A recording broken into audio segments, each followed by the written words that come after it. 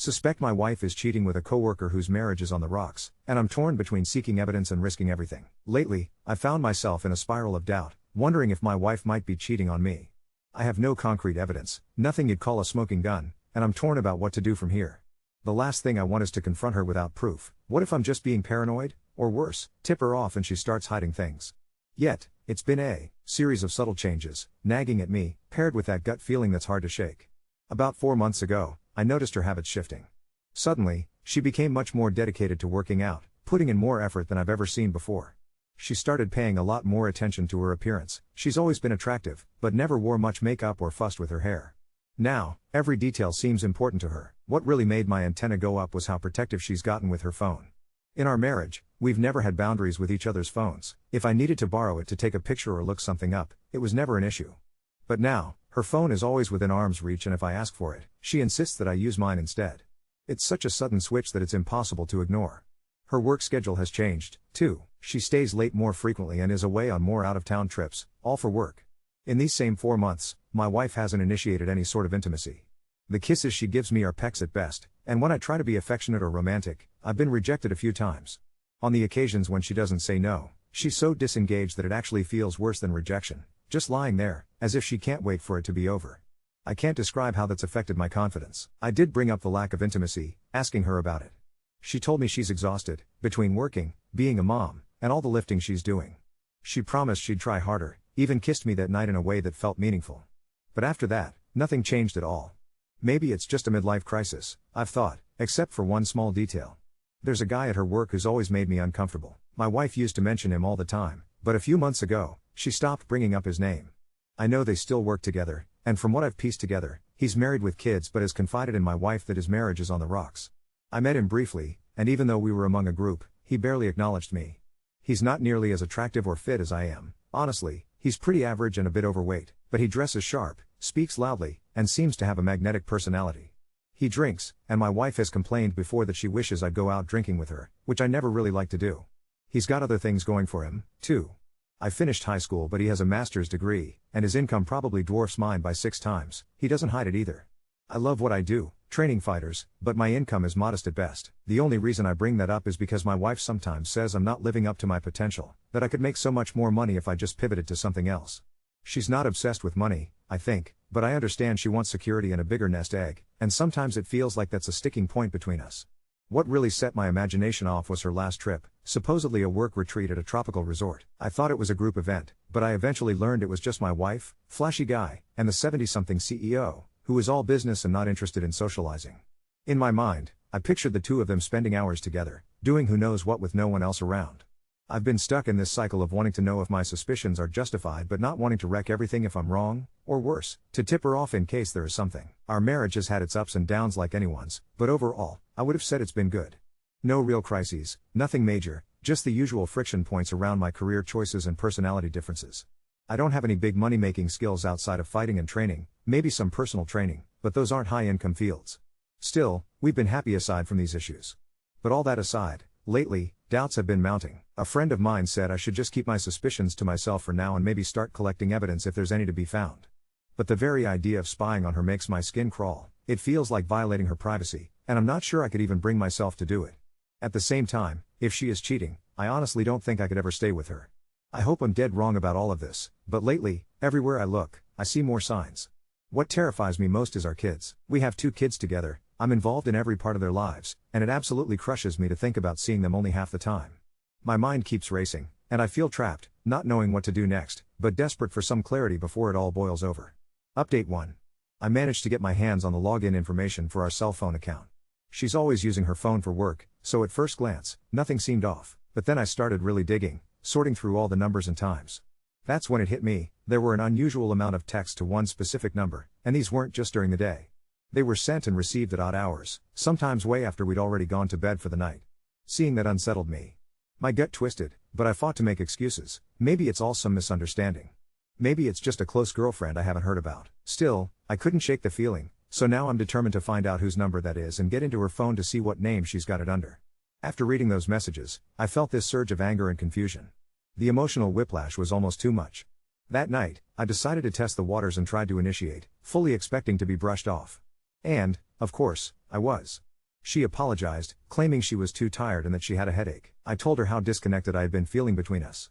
She apologized again, saying she'd try to be better, which is exactly what she said the last time we had this conversation.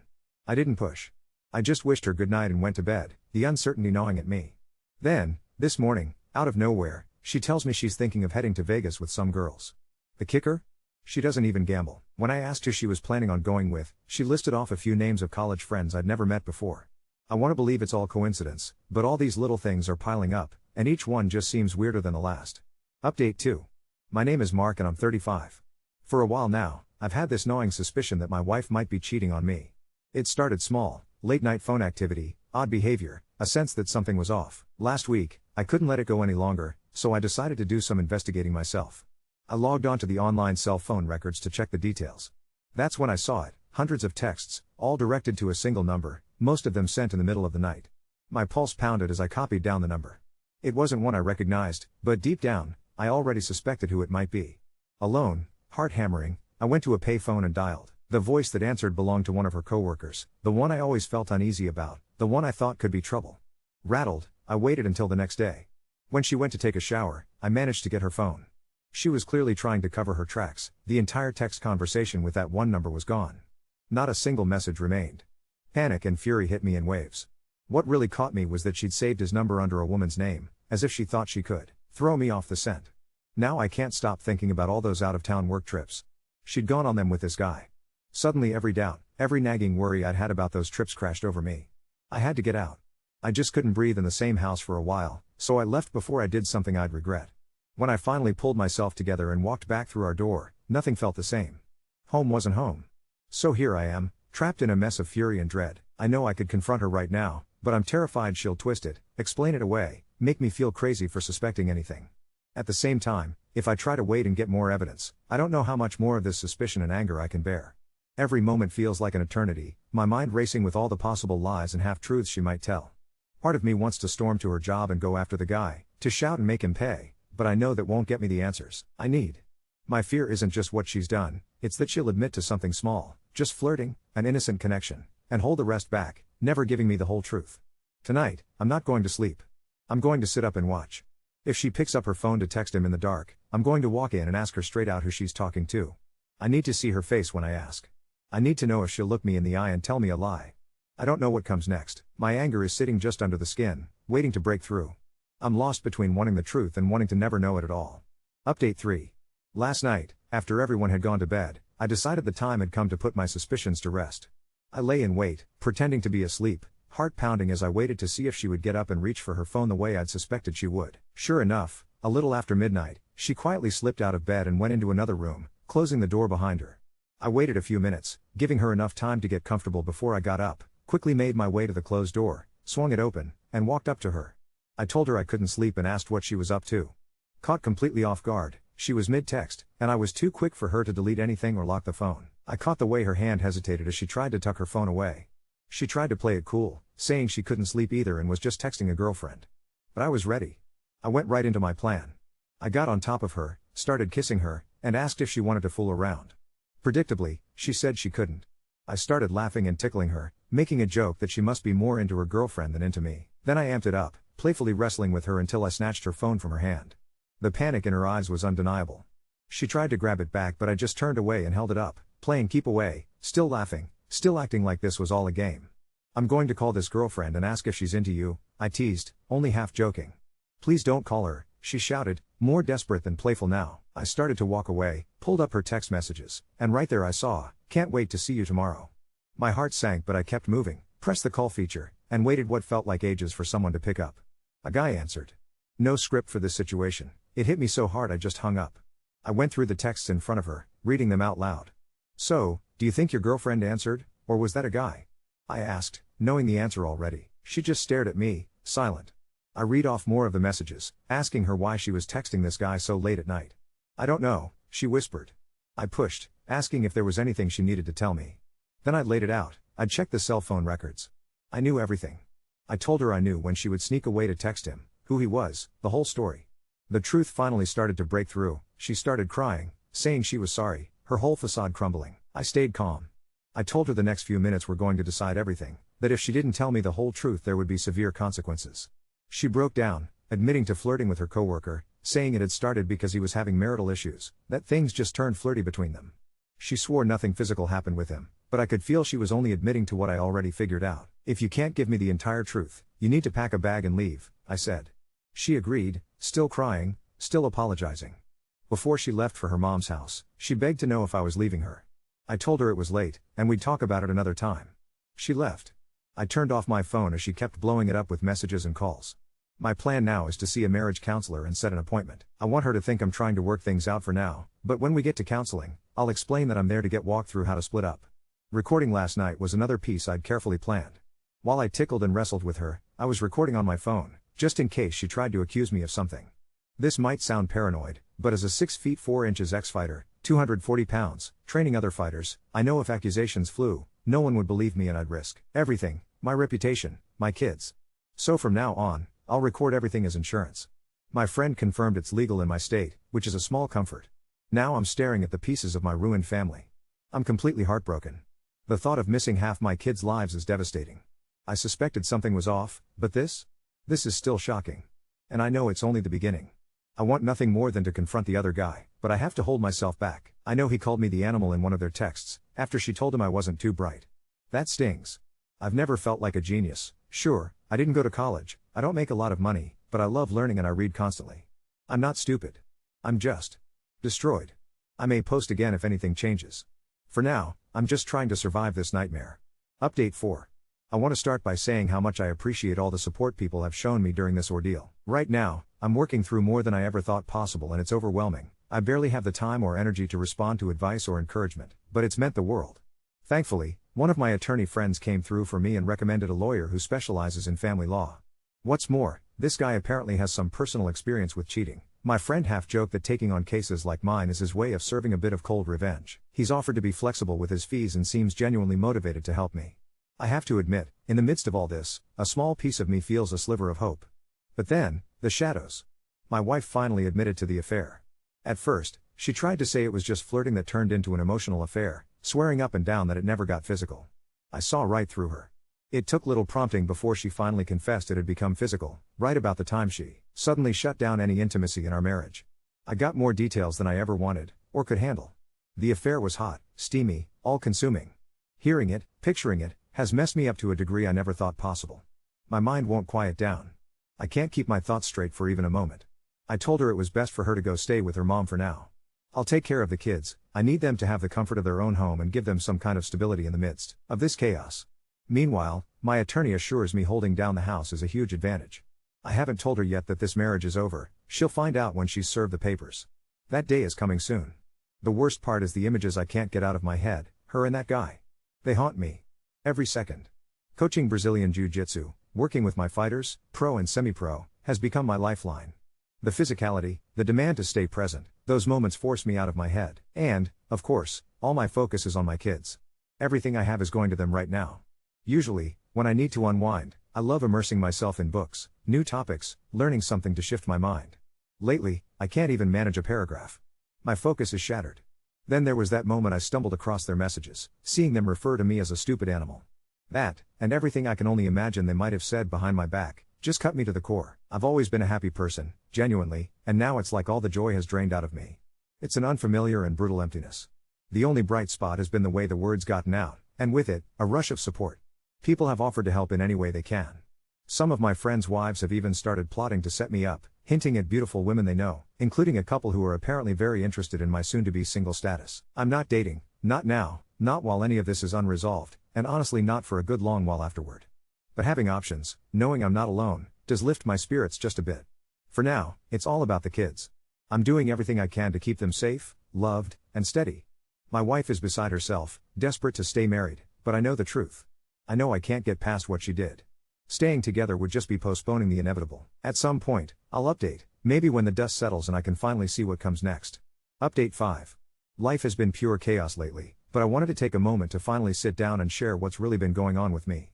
It all started with a gut punch. I discovered that my wife was cheating on me. As if that wasn't enough, I found out she thought I was stupid, a literal loser because I don't make as much money as she does.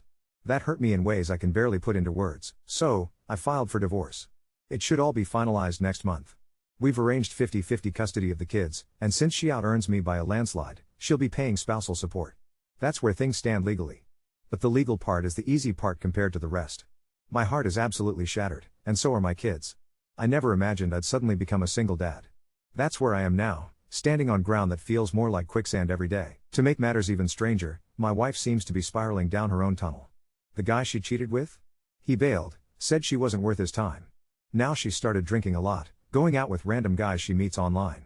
More than a few times, she's called me in tears, begging me to take her back so she can get her old life again. Part of me ached to say yes, but I dug my heels in and stood firm. When she learned just how much support she'd be paying me, her calls stopped, replaced by cold anger. It's almost a relief not to have to hear her voice now. My kids are hurting, and they just can't wrap their heads around what's happening. Whenever they're not with me, I just spiral. I miss them so much it almost physically hurts. Loneliness is my only real companion these days. I barely see friends. Mostly I sit at home, nursing my own sense of isolation. Even the barista at my usual coffee spot picked up on my gloom. She asked if everything was alright because I looked sad. Apparently, I'm not the actor I thought I was. Friends keep trying to set me up with people they know, but I can't do it. I feel branded, like I'm the sad guy whose wife cheated on him. The thought of dating again after all these years is overwhelming. I wouldn't even know where to start. Funny enough, I did have a couple of my fighters do really well on a really public stage, and that's been the only thing to make me feel anything close to excitement lately. But everything else just feels blank. I know I have to pick myself up, try to move forward, and eventually regain some happiness, but that day hasn't come yet. Part of my anger needed an outlet, and I found one. I knew someone who could get in touch with the other guy's wife. I gave them all the proof I had. I couldn't just sit back and let the guy skate away without consequence. I wasn't allowed to go after him directly, so this was the next best thing. She didn't believe it at first, but she eventually did, and from what I hear, their marriage is on extremely thin ice. The anger roils inside me sometimes. It's wild to realize how quickly life can turn upside down. 1 minute, it feels like everything is steady, and the next, the floor is gone beneath my feet. Still, one small glimmer has appeared in this long darkness. Through some mutual friends, I recently met a girl. She absolutely captivates me. I haven't worked up the nerve to ask her out or anything, mostly because she's stunning and about 14 years younger than me. That's a pretty significant age gap, and with my confidence so battered, honestly, I feel she's probably out of my league. But I think about her a lot, and that's what these last 6 months of my life have looked like, the worst, darkest months I've ever lived through. I used to be genuinely happy. Sometimes I feel like I barely recognize that person anymore. These days, I just feel gray, weighed down, and hoping against hope that soon I'll find a way out. Update 6. I haven't shared my story in a long time, but I've been reflecting recently and wanted to talk about where my life has taken me since everything changed. To sum it up, I discovered my wife of 15 years was cheating on me with a coworker, and that led me down a path I never could have anticipated. Choosing to divorce her was one of the hardest decisions I've ever made. The sense of loss and sadness sometimes creeps in unexpectedly, but those moments are brief and fleeting now. For the most part, I feel genuinely great about where I am. My kids are doing incredibly well, and I get to spend a lot of time with them. That's been one of the biggest silver linings. After the divorce, my ex had to take on more work to shoulder her new expenses, including paying spousal support to me, since she always earned significantly more. When the pandemic hit, my own job, requiring lots of physical interaction, slowed down, giving me the freedom to keep the kids with me and manage homeschooling. Honestly, it was almost like being a stay-at-home dad during that time. After everything ended, I took time to focus on myself and heal from the whole ordeal. There was a younger woman I'd been interested in, but she took a lengthy assignment in Europe for her company. While she was away, we stayed in touch through endless texts and video calls. When she finally came back, we picked things right up and have been together ever since. She's not only amazing with me, but absolutely adores my kids. She radiates compassion and kindness. Before we even met, friends described her as Wonder Woman, but real and the nicest person you could meet. I thought it was too good to be true, yet she truly is that incredible. Honestly, I see us taking some big steps together in the very near future. Meanwhile, things haven't gone well at all for my ex. She spiraled into drinking and random hookups with people she met online. The pressure from taking on more at work has worn her down. She aged what looked like 15 years just in the last few. She was always attractive, but the last time I saw her, she looked completely depleted, like her life force had faded. Her best friend confided in me that my ex is absolutely miserable and increasingly hard to be around. I can't wrap my head around how fast she spiraled from being someone who seemed so put together and in control. Apparently, her friend never thought I'd actually leave after the affair. My ex must have felt secure because of her income and assumed she had control of the situation. She didn't expect the real-world consequences of her choices. I do genuinely hope she finds some peace eventually, especially for the sake of our kids. Aside from the pandemic's unique challenges, my life is great now, so much brighter than I thought possible when everything first fell apart. I am endlessly grateful that I didn't drag things out and instead took decisive action right away. I knew it would be tough, but also that it was the right thing to do. I kept moving, reminding myself to make a little progress every day.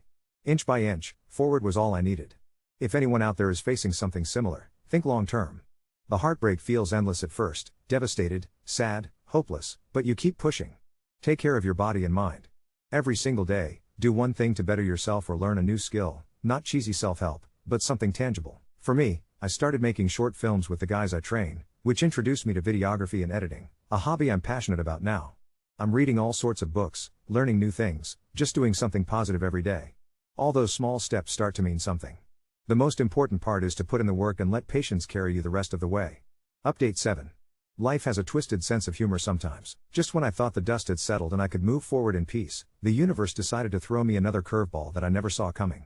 It's been about 8 months since my last update, and things with my girlfriend Sarah have been absolutely incredible. We moved in together 3 months ago, and she's been nothing short of amazing with the kids. They've started calling her their bonus mom, which melts my heart every time I hear it. I was actually planning to propose next month, had the ring picked out and everything. Then last Tuesday happened. I was dropping the kids off at my ex's place for her weekend when I noticed a familiar car in her driveway. My blood ran cold when I realized whose it was.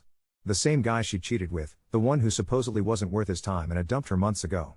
I sat in my car for a moment, trying to process what I was seeing. When my ex came to the door, she looked different. Better. Like she'd been taking care of herself again. Her hair was done, she had makeup on, and there was this glow about her that I hadn't seen in over a year. The kids ran inside, and I was about to leave when he appeared behind her in the doorway. "Hey there, champ," he said with this smug grin. "Good to see you again." I wanted to punch him right there, but I just nodded and got back in my car. My hands were shaking as I drove away. That night, Sarah noticed I was off. I told her what happened, and she was supportive, but I could see something shift in her eyes.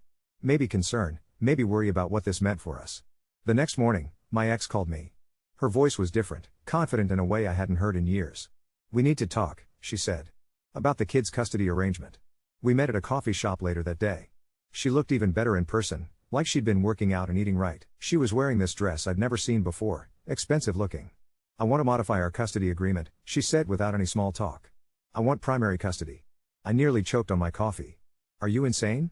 After everything you put them through?" "I've been getting help," she said calmly. "Therapy, sobriety counseling. I'm in a better place now, Mark. And honestly, I think the kids need stability. A real home with 2 parents. 2 parents? She leaned forward slightly. "David and I are getting married." The world seemed to tilt. David. The same David who called me an animal. Who helped destroy my family. Now he wanted to play daddy to my kids. "Over my dead body," I said, standing up. "Think about what's best for them," she continued, still calm. "David makes good money. We can provide opportunities you can't. Private schools, college funds, vacations. And now that you're playing house with someone barely older than our daughter." That stung. Sarah is 28, not exactly barely older than my 16-year-old, but I could see where she was going with this. "The kids love where they are," I said. "They love Sarah. Do they? Or are they just being polite?" She tilted her head. "Kids adapt, Mark. But they deserve better than adapting." I left without another word, but her threat was clear. She was going to fight for custody, and she had resources now that she didn't have before. When I got home, Sarah was waiting with dinner ready and a smile that usually made everything better. But as I told her about the conversation, I watched that smile fade. "What are you going to do?" she asked. "Fight it, obviously. She can't just waltz back in and, Mark." Sarah's voice was quiet. "What if she's right?" I stared at her. "Right about what?" "About the kids needing stability. About the opportunities they could have." She looked down at her hands. "Maybe I'm being selfish, wanting to play family when they already have a mom." "Sarah, no. You're not. I'm 28, Mark. I've never been married, never had kids. What do I really know about being a mother?" The conversation spiraled from there. By the end of the night, Sarah was questioning everything about our relationship, and I was left wondering if my ex had somehow orchestrated this perfectly. The worst part? When I picked up the kids after the weekend, they seemed happy, more animated than usual. My daughter mentioned that David had taught her some photography tricks, and my son was excited about a camping trip they were planning. Now I'm sitting here, 2 weeks later, with a lawyer's bill I can't afford, a girlfriend who's pulling away, and kids who might actually be better off with their mother and her new fiancé. The same man who helped destroy my family might end up raising my children. Sometimes I wonder if karma is real, and this is mine for exposing David's affair to his ex-wife. Or maybe life just isn't fair, and good guys really do finish last. I used to think I had everything figured out. Now I'm not sure of anything anymore.